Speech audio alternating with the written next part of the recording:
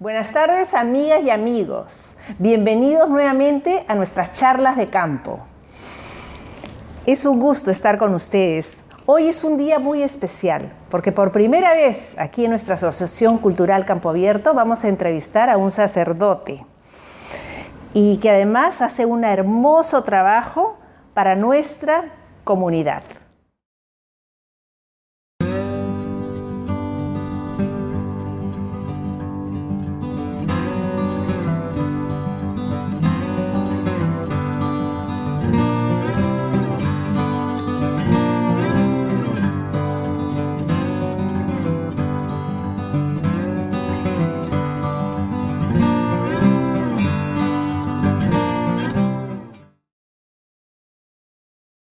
Como les había adelantado, nuestro invitado especial de hoy es sacerdote, es limeño, salido del legendario primer Colegio Nacional del Perú. ¿Ya saben cuál es? Nuestra Señora de Guadalupe. Actualmente es director del Hogar San Camilo, una institución religiosa sin fines de lucro, donde motivado por el carisma camiliano se acoge y atiende y acompaña a familias que viven con VIH, el SIDA, un tema muy importante, muy interesante para nosotros. Buenas tardes, Padre Alex. ¿Qué tal? Qué gusto de estar con usted aquí en nuestra casa Campo Abierto. Gracias, Luisa. Para mí es un gusto poder estar con ustedes y sobre todo compartir un poco todas las cosas que hoy buenamente compartiremos, ¿no? ¿A dónde nació usted? Bueno, yo he nacido propiamente en Lima, ¿sí? Pero toda mi vida, porque mis padres han vivido en el Callao, entonces ni bien nací, me llevaron al Callao, en Carmen de la Legua, en el distrito de Carmen de la Legua. De allí, ¿no? He vivido toda mi infancia hasta los 14 años, ¿no? Porque mis padres luego se separaron y me tuve que ir a vivir con mi madre a San Martín de Porres. Ahí en San Martín de Porres continuaba mis actividades porque yo he estado ahí hasta los 17 años, ¿no? Cuando decidí ingresar ya al convento. Y estuvo en el colegio Nuestra Señora de Guadalupe. Exacto, sí. ¿Toda la primaria, a partir de la secundaria? Sí, la secundaria. La primaria lo hice en el Callao, en el Colegio Bandera de la Paz, en Carmen de la Legua. Luego ya la secundaria ingresé en el año 1996 al Colegio Nuestra Señora de Guadalupe. Y en ese tiempo hay un detalle que no sé si es que sería interesante compartirlo, puesto que en ese año se estaba aplicando el famoso plan piloto de bachillerato. Y entonces lo que eran comúnmente 5 años del nivel secundario se convirtieron en 6, si es que tú querías realizarlo. Entonces yo pensé realizarlo propiamente hasta los 5, ¿no? Una de mis metas antes de entrar al convento fue estudiar medicina, ¿no? Siempre yo estaba ligado a esto por parte de mi familia, por parte de los test vocacional, pero resultó de que no empezó en mí surgir el deseo de poder ser sacerdote y entonces al no sentir el apoyo de mi padre, ¿sí? Concretamente que fue el que se opuso, decidí regresar al colegio y así hacer el 6º año de secundaria o 2º año de bachillerato, ¿no? Con lo cual me gradué en el colegio, vamos a decir, en ese título. El colegio Nuestra Señora de Guadalupe, legendario colegio, sí, claro, el primero, sí. ¿no?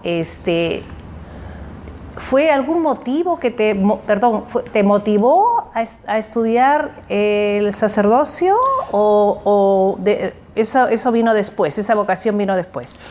Cuando yo pasé un momento difícil en mi vida, que te comentaba, la separación de mis padres, el equipo de religión, los profesores, ¿no? que forman esta área de educación religiosa, me invitaron a formar parte, ¿no? No sé, ellos sentí que en esos momentos tan difíciles de mi vida ellos me apoyaron, ¿no? Y me invitaron a ser catequista. Te diría de que los alumnos de 4º y 5º de secundaria en el Colegio Guadalupe eran formados para que puedan ayudar a los alumnos de 1º y de 2º para que realicen los sacramentos de la primera comunión y la confirmación, vamos a decir. Entonces, ahí un poco nació mi deseo de poder ser mucho más cercano a la iglesia, ¿sí? Y ahí ha sido en donde ellos me invitaron y no pensé hasta allí ser sacerdote. En mi mente siempre hacía eco estudiar medicina, ¿no? Que ha sido lo que me ha mantenido casi hasta terminar mi secundaria. Pero le jalaba la parte espiritual. Un poco, Un poco, no tan alejado, porque como te digo, sentí que más bien en esa parte espiritual yo encontré un medio de poder afrontar este problema de la separación de mis padres. ¿Y la formación religiosa a dónde fue? Bueno, una vez que yo decidí propiamente entrar a una comunidad religiosa, porque surgió en mí el deseo de hacer de mi vida algo distinto. En mi familia hay médicos o hay farmacéuticos, ¿sí? Entonces, yo sentí o nació en mi corazón el deseo de hacer algo más, ¿no? Yo dije, ser solamente médico de cuerpos, ¿qué de novedoso tiene? Entonces, en mí surgió el deseo, ¿por qué no ser médico de cuerpos y almas? Y así surgió mi inquietud de poder ser sacerdote. Una de las primeras comunidades con quien yo compartí este deseo fue pues, el padre Hilario, que pertenece a los Sagrados Corazones. Él falleció este año. Y justamente él me dijo, mira, yo veo que tú te inclinas más por lo que hemos hablado a la medicina. Hay comunidades religiosas que trabajan con los enfermos, ¿sí? Porque mi deseo era servir, ¿no? Yo no quería ser médico para poder servir a la gente. Y ahí ha sido donde él me explicó que habían dos comunidades. Uno, los Camilos, que podrían ser sacerdotes, y los hermanos de San Juan de Dios, pero que serían hermanos. Entonces, inmediatamente yo decidí por los Camilos, porque la diferencia de mi vida tenía que ser el sacerdocio, ¿no? Tú te ordenas en el 2013, por lo que he podido ver. Exacto, sí, en el Entonces, 2013. En el 2013 te ordenas y después es que entras a San Camilo. No. Yo ingreso, la inquietud vocacional me nace en el 2001. Sí, en el 2001. Yo ingreso propiamente, termino la secundaria en el 2001 y en el 2002 hago una experiencia vocacional. No es que uno quiera, porque en mi mente decía yo voy, toco la puerta y inmediatamente me abren las puertas e ingreso, ¿no? Pero nada de esto. Yo toqué la puerta en el 2001, como te decía, y me dijeron no, tú tienes que esperar hasta enero del 2002 y si eres seleccionado, ingresas. Ya. ¿Cuántos fuimos los que participamos de esta experiencia? 42. De los 42 quedamos 11. De los 11 regresamos 10. Yo inicié mi formación no te vayas a asustar por el nombre, ¿eh? ¿Sí? No te vayas a, pero advierto. A ver. En el Convento de la Buena Muerte.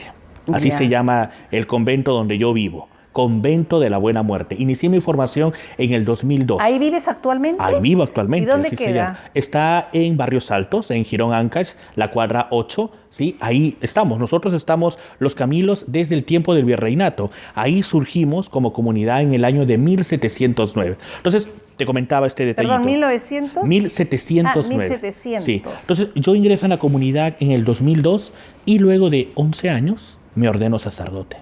En el 2013. Sí. ¿Y eres director de San Camilo? Sí. He tenido durante estos casi 9 años de sacerdote, he tenido varias funciones. Una de ellas ha sido en el 2017 que me dieron la oportunidad de ser el director del Hogar San Camilo. ¿Qué significa ser el director del Hogar San Camilo? Pues llevar adelante todas las actividades junto con los profesionales, porque imagínate, un curita que hace solo, un curita puramente puede organizar, hacer lo que significa pues presentación de proyectos y estas cosas, pero el equipo de profesionales que me rodea, junto con ellos hacemos todo el trabajo que el Hogar San Camilo hace a favor no solamente de la persona seropositiva, como tú mencionabas al inicio, sino más bien a favor de la familia seropositiva, porque detrás de un enfermo o de una persona con diagnóstico hay una familia y la familia sufre. Es la que se lleva la peor parte. Muchas veces, ¿no? Porque a veces la ignorancia hace que no solamente se señale a la persona con diagnóstico, sino a la familia. Y sufren todos, ¿no? Claro. San Camilo de Lelis. Estamos hablando del siglo XVI. Del siglo XVI. Sí. Entonces, él funda San Camilo, ¿no? Sí, esta orden. Orden. Sí, una orden religiosa. ¿Quién fue San Camilo? San Camilo fue, pues, un joven que a los 25 años, luego de haber perdido a su madre a los 12... italiano, ¿no? Origen italiano, sí. Nació en el pueblo de Bucchianico, sí, de origen italiano. Él, pues, era un niño, pues, como cualquiera, juguetón inquieto. Tanto que cuando perdió a su mamá a los 12 años, su mamá pensó que iba a ser un bandolero. ¿Y por qué? No le gustaba el estudio, le gustaba jugar, era un poco desobediente, pero su mamá siempre lo formó en los valores. Hubo un sueño. Su mamá antes, cuando estaba embarazada, soñó de que su hijo, pues pudo identificar en su sueño, que su hijo portaba un estandarte con una cruz roja. Entonces ella murió con el miedo de que su hijo sea un bandolero. juguetón, no estudiaba, desobediente y todo esto. Entonces muere a los 12 años pensando que su hijo iba a ser un bandolero. Terminada, vamos a decir, todo ese proceso inicial de su vida, luego su papá, que era militar, ¿sí?, Juan de Lelis, lo enrola, vamos a decir, en todo lo que tiene que ver la vida del ejército. A los 18 años muere su padre, se queda solo. Tiene varios vaivenes en su vida, ¿no? En estos vaivenes, difíciles momentos, pues él va a hacer promesas de hacerse fraile. Tenía un tío fraile, hermano de su madre, ¿no? Sin embargo, nunca cumple la promesa. ¿Dónde va a ser el contacto, no? En un momento, pues ya casi a los 25 años, un fraile capuchino, ¿sí?, para el cual estaba trabajando, le pide que vaya pues a trasladar unos materiales hasta Manfredonia. Y es ahí en donde, previa a esto, tienen una conversación sobre el pecado. Y parece que esto impacta en su vida. Y en el camino hacia Manfredonia, ¿no?, se dice de que él cae de rodillas y le dice a Dios, dame tiempo para poder pedir perdón por mis pecados. Se golpea la rodilla, creo, tuvo un accidente. Sí, vamos a decir, ¿no?, como que la fuerza de él hace que caiga de rodillas y que inmediatamente él empiece una vida. Él quiere hacerse franciscano capuchino, pero paradójicamente los capuchinos luego de 5 intentos lo botan. ¿Por qué? Porque le surge misteriosamente pues una herida en la pierna derecha. Así es. Ya le había impedido ser un buen soldado. Luego le va a impedir ser un franciscano. Pero esta herida, paradójicamente, lo lleva ¿a dónde? Al hospital, donde tiene que estar tratado, ¿sí?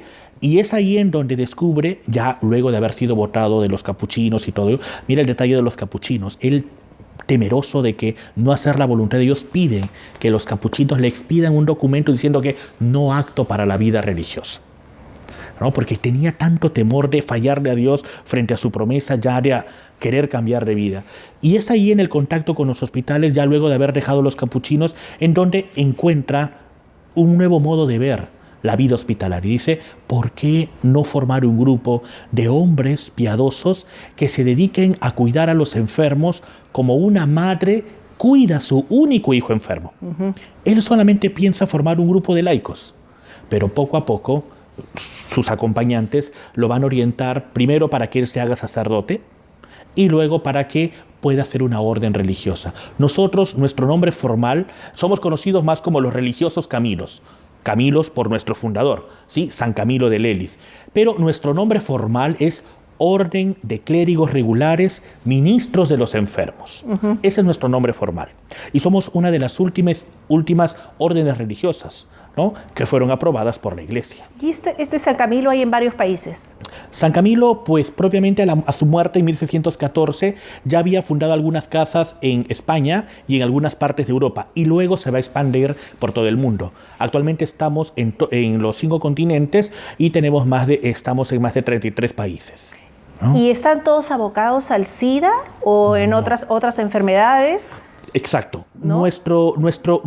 Nosotros como Camilos buscamos atender y acompañar a los enfermos y enseñar a otros el modo de atenderlos, ¿sí? Entonces, por ejemplo, aquí en Perú tenemos casas para acompañar a personas seropositivas, como es el Hogar San Camilo, para acompañar a personas con cáncer, que son los albergues Rebusquini. Tenemos un centro para poder formar agentes pastorales de salud, gente que visite y acompañe a los enfermos, como es el Cefosa. ¿En Lima o en provincias también? Estamos en Lima. En Lima tenemos 3 casas y después estamos en Trujillo, Arequipa y Huancayo. Y esa experiencia de trabajar con la gente de cero positivo debe ser bien fuerte. Es fuerte, vamos a decir, si no eres capaz de liberarte de tus prejuicios, ¿no? Y siempre va a ser chocante. Pero cuando eres capaz de liberarte de los prejuicios, ¿no?, que es un ser humano como tú, que es una persona que tal vez si tú le das la mano, un beso, si tú lo abrazas, no te va a transmitir nada. O sea, si tú tienes en tu mente que él sigue siendo una persona como tú y como yo, obviamente puedes con total normalidad. O sea, no es el pobrecito. En la actualidad, nadie se muere por tener VIH.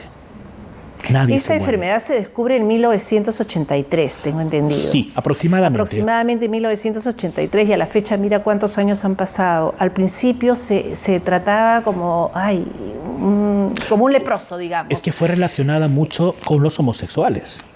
¿no? Y entonces imagínate, aún en la actualidad muchas de estas personas homosexuales aún son excluidas en la sociedad, vamos a decirlo, ¿no? En este mundo en el cual vivimos. Y súmale a esto una enfermedad de la cual aún no existe una curación propiamente, obviamente esto se duplica, ¿no?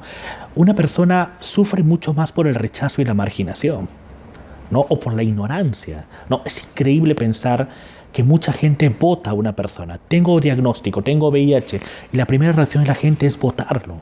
Sí, pues al principio creían que era una pandemia. Sí, como ¿no? una lepra, tú mismo lo has dicho. Como una lepra, o sea, la gente con VIH los trataban así, cuidado. Sí, si bien no existe una cura, ¿no? Una medicina propiamente, está en investigación, existe un tratamiento, ¿no? Se llama actualmente el tratamiento antirretroviral, que el Estado peruano lo da de una manera gratuita, ¿sí? Y de alguna manera esto ayuda a que la persona pueda llevar una calidad de vida normal. Mira, me dices antiviral, es un antiviral. Sí, se llama el tratamiento antirretroviral, exacto. Entonces, la gente que nosotros acompañamos, o sea, sí, yo espero que algún día nos visites y tú me vas a decir, padre, la señora, el niñito están con nosotros, decir, claro que están, pero míralos qué felices están, míralo qué bien. Qué hermosos o qué hermosas están. O sea, no es del pensamiento gente que está calavérica, ahí andando, que está triste, que está... No. O sea, es totalmente otra visión. Y eso es lo que a veces una de las cosas que tiene, muchas veces dicen, el Hogar San Camilo tiene como una magia, ¿no? Tú vas allá y te das cuenta de la realidad y no es como la realidad que muchas veces uno puede encontrar chocante, ¿no? Gente enferma. Tú no ves enfermos allá. ¿Y cuántos tienen más aproximadamente ahí en el Nosotros internos propiamente actualmente tenemos 3, que son varones porque es un albergue para varones. Pero externamente, porque ahora las mamás vienen, durante el inicio de la pandemia hasta la actualidad, ellas han venido a recoger alimentos, ¿sí? Porque antes venían a los talleres y todas las labores que los profesionales dan. Esta parte ahora la hacemos vía Zoom, ¿no? Obviamente estamos subvencionando todo el CHIC, ¿no? Para que muchas de estas mamás puedan conectarse vía Zoom, ¿sí? Pero actualmente, por ejemplo, estamos hablando de gestantes, que tenemos 3, es un programa, Camilo, se llama Alumbrando una Vida. ¿Pero viven allí? ¿Hay personas que viven ahí? Actualmente tenemos 3 varones. 3, ya. 3, el resto viene de manera ambulatoria, ¿no? Vienen las gestantes, vienen las mamás con niños de 0 a 3 años, ¿sí? Ese grupo actualmente tenemos unas 17 mamás. Luego tenemos el programa de Vida Feliz, sí, que son ya niños propiamente con diagnóstico. Actualmente tenemos 8, ¿no? 8 niños y tenemos unos 6 adolescentes. Luego tenemos el programa de visita domiciliaria, estamos bordeando algo de las 70 familias que se salen a visitar.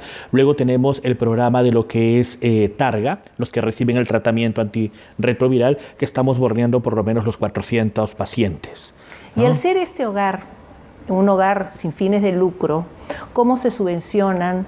¿Qué ayuda reciben? ¿De quiénes reciben la ayuda? ¿Del gobierno o qué? ¿Personas particulares? Bueno, el Hogar San Camilo, como podríamos decir, no recibe ninguna ayuda del gobierno. Es más, te decía hace un momento que los retrovirales el Estado los da gratuitamente, pero a nosotros no nos paga el médico. Nosotros tenemos que costear el médico, no nos paga el enfermero, no nos paga... Exigen de que todos los que reciben el tratamiento tienen que pasar nutricionista, trabajo social, enfermero, psicología y el infectólogo. Pero todo esto lo cubre el Hogar San Camilo, ¿sí? Estamos hablando de los que reciben el tratamiento antirretroviral. Pero si empezamos a hablar, por ejemplo, de otras actividades, porque llevamos adelante, te decía, los alimentos, damos talleres, hay que pagar los servicios, hay que, o sea, todo. A eso me refiero. ¿A dónde? ¿Cómo se Primero, proyectos, ya. ¿no? Hay una institución, una ONG italiana que se llama PROSA, ¿sí? Que es propiamente apoya proyectos de América Latina, ¿no? O de África. Y entonces ahí, por ejemplo, ellos nos apoyan con unos 5 o 6 proyectos, ¿no? Que son sobre todo para costear algunos sueldos de los profesionales. Económicamente, entonces, nos están ayudando. Económicamente. Ellos, pero esa es una parte. ¿El hogar es alquilado o es propio? No, es propio. Forma parte del convento de la Buena Muerte, ¿sí? Entonces es un lugar propio. Pero, por ejemplo, de ahí, con otra actividad que buscamos tener, trabajamos mucho con el tema del reciclaje, ¿no? Botellas, plástico, vidrio, fierros, ¿no? Todo esto lo juntamos, ¿no? Hacemos un acopio y lo vendemos por toneladas. Esto de alguna manera nos genera un ingreso también para nosotros, ¿no? Sobre todo para pagar los servicios. ¿Y cuántas personas trabajan ahí en todo esto? Estamos hablando como 25 personas, ya, ¿no? 25 personas, ¿no? Obviamente todas de ellas reciben un sueldo, vamos a decir, ¿no? El básico, vamos a decir un poco ello, ¿no? Lo que, dependiendo también un poco de las horas de trabajo. ¿También hay religiosos ahí en el hogar? Sí, hay religiosos que colaboran, ¿no? Que colaboran, que también son religiosos, Camilos. Un poco te decía, entonces las actividades son proyectos, tenemos propiamente el tema de reciclaje y tenemos un taller de costura, ¿no? Durante el tiempo de la pandemia hemos hecho infinidad de mascarillas, mandiles, esto lo hemos vendido con la finalidad de generarnos recursos. También las mamás hacen manualidades, ¿no? Entonces ellas hacen sus trabajos y una parte se lo llevan ellos y una parte nos quedamos nosotros para poder venderlo, ¿no? Y ellas generarse algún ingreso para ellas mismas. Y después tenemos el taller de serigrafía, ¿no? El taller de sublimado, que también nos van generando ingresos. Todo lo que sea ingresos, porque los gastos deben ser fuertes. Fuertes. Fuertísimos, porque hay mucha gente que va ahí, como dices, y hay que atenderlos, hay que alimentarlos. Exacto. Porque es gente de bajos recursos económicos, ¿no? Y caen por ahí. Sí, pues, pero a veces también tenemos que saber un poco, ¿cómo te podríamos decir? ¿Cómo podría expresarlo? Saber manejar un poco las situaciones, ¿no? Mira, un detalle. Hasta antes del inicio de la pandemia, con la Municipalidad de Lima, nos daban muchos alimentos que nos ayudaban a cubrir muchas de las cosas. Pero inició la pandemia, la Municipalidad nos exigía de que la gente tenía que venir a comer. Pero digamos, no pueden venir, los estamos exponiendo. Que vayan para allá. Para que vayan a comer. No, pues, yo digo, no claro. podemos exponerlo. Imagínate, tú te puedes movilizar en taxi, pero la mamá no se va a movilizar en un taxi. Tiene que venir en el bus con mucha gente. El niño tiene que venir. Y estar expuestos, porque son personas de riesgo, con pero mayor ¿qué pasó? razón. Nos quitaron. O sea, pongamos que nos daban 5 sacos de arroz, nos daban 2 sacos de menestra, nos daban 2 cajas de aceite, nos daban, por ejemplo, unas 40 conservas de pescado, ¿no? ¿A qué llegamos? No te vayas a sorprender, pero llegamos a que nos den 10 kilitos de arroz, unos 6 kilos de menestra, unas cuantas botellitas de aceite. ¿Pero por qué? Porque como solamente estaban 3 albergados en la casa y son ellos los que comían, el resto para ellos no contaba. O sea, el personal contaba. Administrativo no come. No contaba. Y por más que nosotros hemos hecho lío, porque hay que hacer lío, Claro, siempre hay palabras de Papa Francisco, hay que hacer lío para muchas cosas. No, ellos no dieron respuesta. Y siguen así. ¿Y de qué manera se puede colaborar? ¿Cómo se puede colaborar? ¿Hay instituciones grandes que ayudan? Sí, gracias a Dios aquí en Perú, por ejemplo, una de las instituciones que nos ayuda es la Fundación OSMA. ¿Sí? La Fundación OSMA nos ayuda, por ejemplo, a cubrir lo que es económicamente el sueldo de la señorita de estimulación temprana. ¿Sí? Porque ¿qué pasa? Aquí estimulación temprana. Ten presente que nuestras mamás gestantes seropositivas no pueden dar un parto normal, ni tampoco pueden dar de lactar. Entonces, ¿cómo se soluciona esto? Se soluciona por una cesárea y tenemos que darle desde el primer día la leche, ¿no? Las fórmulas. ¿No? Porque ¿qué pasa si la mamá debe de lactar? Le transmite el virus. Nuestra naturaleza es tan maravillosa que el niño adentro puede crecer sin que la mamá le transmita el virus.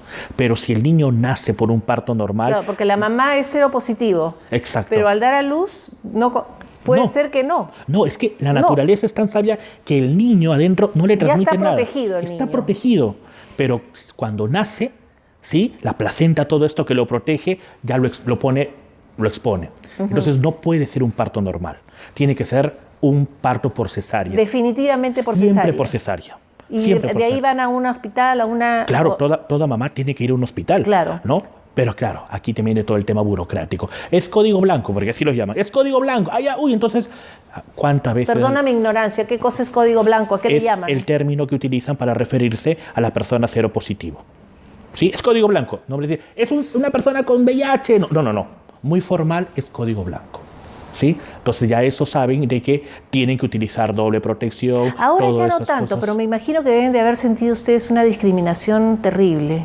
Y lo seguimos sintiendo. ¿Todavía? Y lo seguimos sintiendo. Hoy en día, porque ya se ha estudiado mucho sobre esto, entonces sí. no creo que debería haber eso, ¿no? Pero el tema es que la ignorancia, o sea, puede haber mucha literatura con respecto al VIH, mucha información médica, científica, pero si no tienes el deseo de leer y de investigar, nos seguimos sumiendo en la ignorancia y la gente rechaza por ignorancia. Claro, porque si ustedes están ahí ¿Cuántas personas trabajan ahí? Ninguno se ha contagiado ni nada, o sea... Somos un ejemplo. Son un ejemplo, tú mismo lo has dicho, es un ejemplo. Sí, pero obviamente, vamos a decir, el mundo del Hogar San Camilo no es suficiente para que todo lo que es nuestro país aún pueda haber sido superado, ¿no? Superado la ignorancia y el rechazo. Y la ciencia está avanzando día a día, hay más retrovirales que de repente puedan curar... ¿Habrá una esperanza para la cura? Claro que lo hay. Confiamos en la ciencia humana, ¿no? Confiamos en la ciencia humana. Lo que tal vez durante esos últimos años se podría hacer de que antes una persona que tomaba 5 pastillas, ahora toma una. Todo se ha simplificado. Bueno, eso ya es un avance. Es un avance, ¿no? Entonces, hay ahora solamente se llaman los coformulados, ¿no? En una sola pastilla ya te reduce todos los... Pero ¿qué pasa? Cada cuerpo es distinto. ¿No? Justamente hoy estaba en el 2 de mayo y me comentaba una persona que está en el pabellón Santa Rosa, que es justamente el pabellón para las personas con diagnóstico, que le había caído mal el Targa, el medicamento. Uno de los medicamentos le había caído mal y había hecho justamente una reacción, ¿no? Que es como unas manchas en la piel. O sea, siempre los medicamentos, como bien sabemos, te puede curar una cosa, pero para la mente... por otro lado te... Exacto. Entonces, hay que cuidar muchas veces este tipo de cosas. Claro. ¿No? Hay que cuidar muchas veces este tipo de cosas. Y obviamente, la gente, gracias a Dios, pues como te decía hace un momento, la gente trata de llevar una calidad de vida normal, pero cuando se descuidan, tú ves los cuadros que te mencioné hace rato, ¿no? Entonces, este año, por ejemplo, hemos tenido casos en donde señoras jóvenes, vamos a decir, ¿no? De 25, de 30, porque siguen ingresando, pero cada vez de menos edad. 18 y 21 es el rango en donde la gente se está transmitiendo mayoritariamente. Y teníamos estas señoras que han fallecido de una manera rápida. Depresión, no aceptaron nunca la enfermedad, no quisieron como consecuencia de la depresión alimentarse y esto las llevó a morir.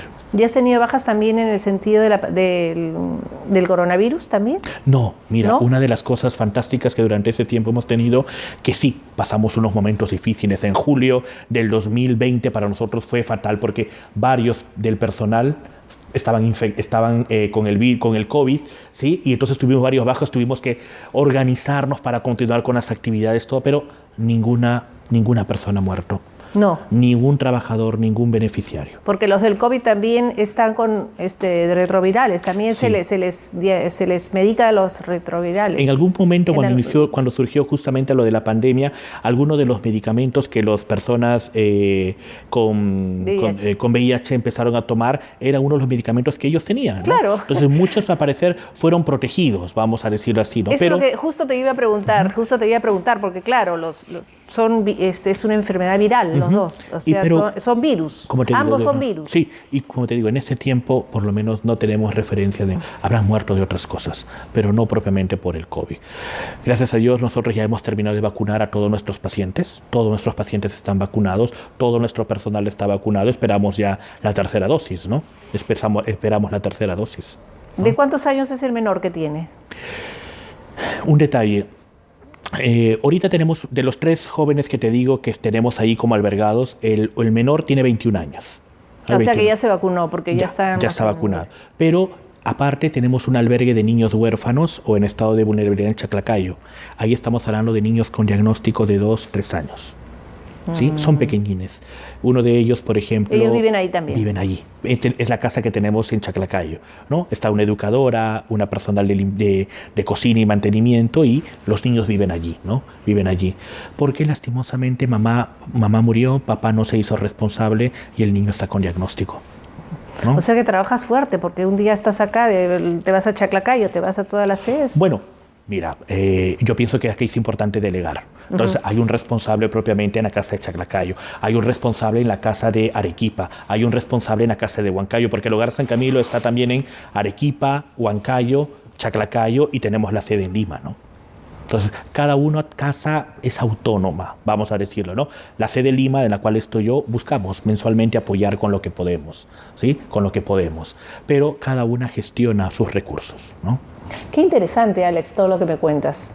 Sí, de verdad que sí. Mira, me he quedado con la boca abierta de toda la labor que haces, ¿no? Es decir, es increíble, increíble, sobre todo para toda esta gente que sufre de esta penosa enfermedad. Sí, es un detalle. para estar en el Hogar San Camilo tienes que tener VIH. Para recibir todos los beneficios tienes que tener VIH. No, porque a veces dicen, quiero albergarme. Y sí, pero tú eres persona con... discúlpame, pero...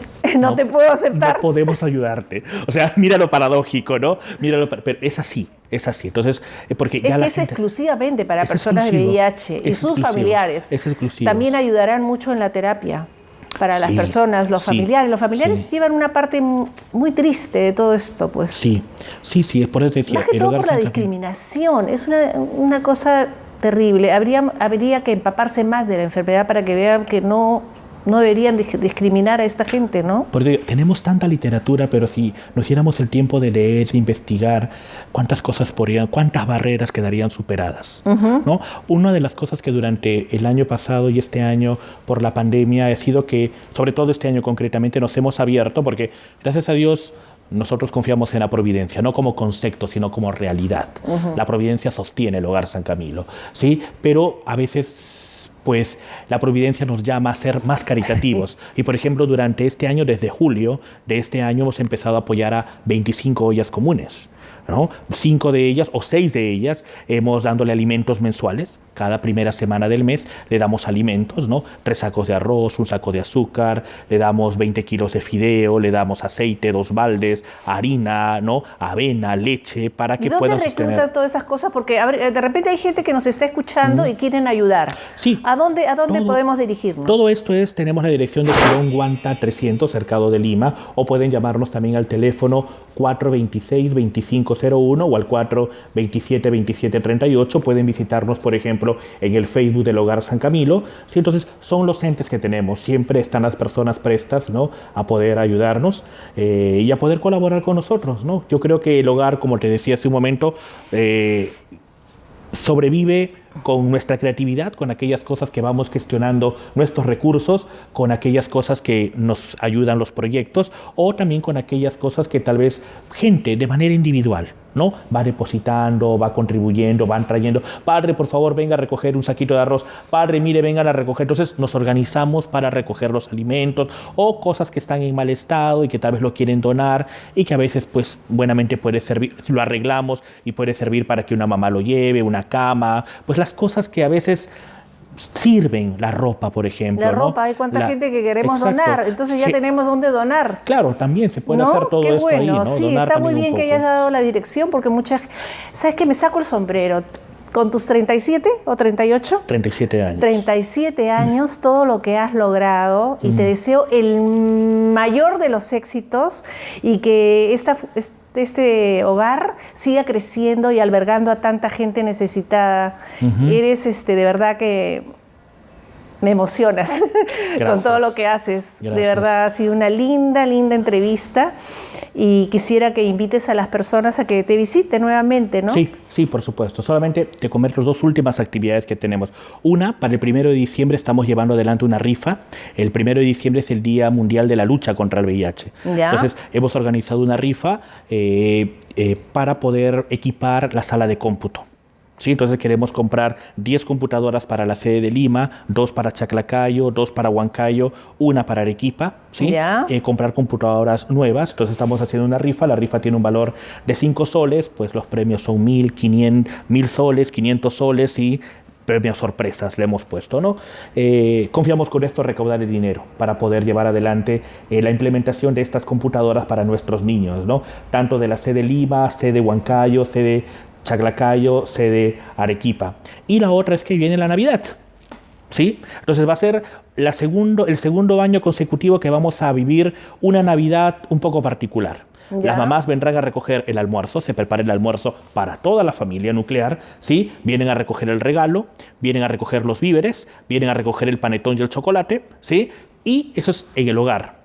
Solamente el papá, la mamá o el apoderado. Los niños no vienen. Ya. Los niños tendrán, pues, virtualmente el show infantil, un teatro, la Eucaristía, ¿no?, que hacemos también como parte de todo este programa. Esos van a ser, pues, los días 10, 11, 13, 14 y 15 de diciembre. ¿Y dónde podemos estar al tanto? ¿Tienes en las redes? Todo, ¿Podemos todo estar? en las redes. El hogar, ¿Dónde? ¿Instagram, sí. Facebook? También, todo es el Facebook Hogar San Camilo, Instagram Hogar San Camilo, ¿sí? O también nos pueden comunicar, ¿no? Se pueden comunicar, repito, los teléfonos, si quieren colaborar con la rifa, con la Navidad, ¿no? Para los niños, ¿no? Es el 426-2501 o 427-2738. O escribir, ¿no? A administración@hogarsancamilo.org. ¿no? Entonces ahí pueden escribirnos, administración o secretaría, Hogar San Camilo, administración@hogarsancamilo.org. ¿no? Entonces ese es el email también donde pueden escribirnos para colaborar. Como Claro, tú te has dado cuenta, sí. o sea, pueden apoyar de distinto modo, ¿no? Ya sea económicamente. O sea que pretexto no cosas. hay. Yo creo que pretexto Tenemos no hay. que colaborar. Después de haber escuchado esta tan interesante charla, Gracias, entrevista, mejor dicho, vamos a colaborar, de hecho. Sí, Gracias. es una gran obra y te felicito nuevamente por toda la gestión. Ya, bueno, ya dijiste todo. Ya queda en nosotros colaborar. Ha sido un gusto conversar contigo, ¿no? Y saber tanto, aprender sobre todo, que he aprendido mucho. Y de eso se trata estas entrevistas, de aprender, ¿no? Y que nos llegue al corazón. Sí. Sí. Y esto de verdad nos ha llegado al corazón. Ha sido una linda entrevista. Muchas gracias a ti, a todos los que van a poder también acompañarnos, ¿no? en viendo la entrevista. Y bueno, confiamos de que el Señor, porque confiamos en Él, con nosotros como creyentes, devuelva con creces todo el bien que también ustedes pueden hacer por nuestros niños, por nuestros adultos con VIH. Gracias por tus palabras y confiemos de que todo sea pues para mayor gloria de Dios. Bueno, después de esta linda entrevista, los invito, como todos los miércoles, a escucharnos en nuestras charlas de campo. Siempre habrá algo interesante para ustedes. No se lo pierdan, los miércoles a las 6 de la tarde.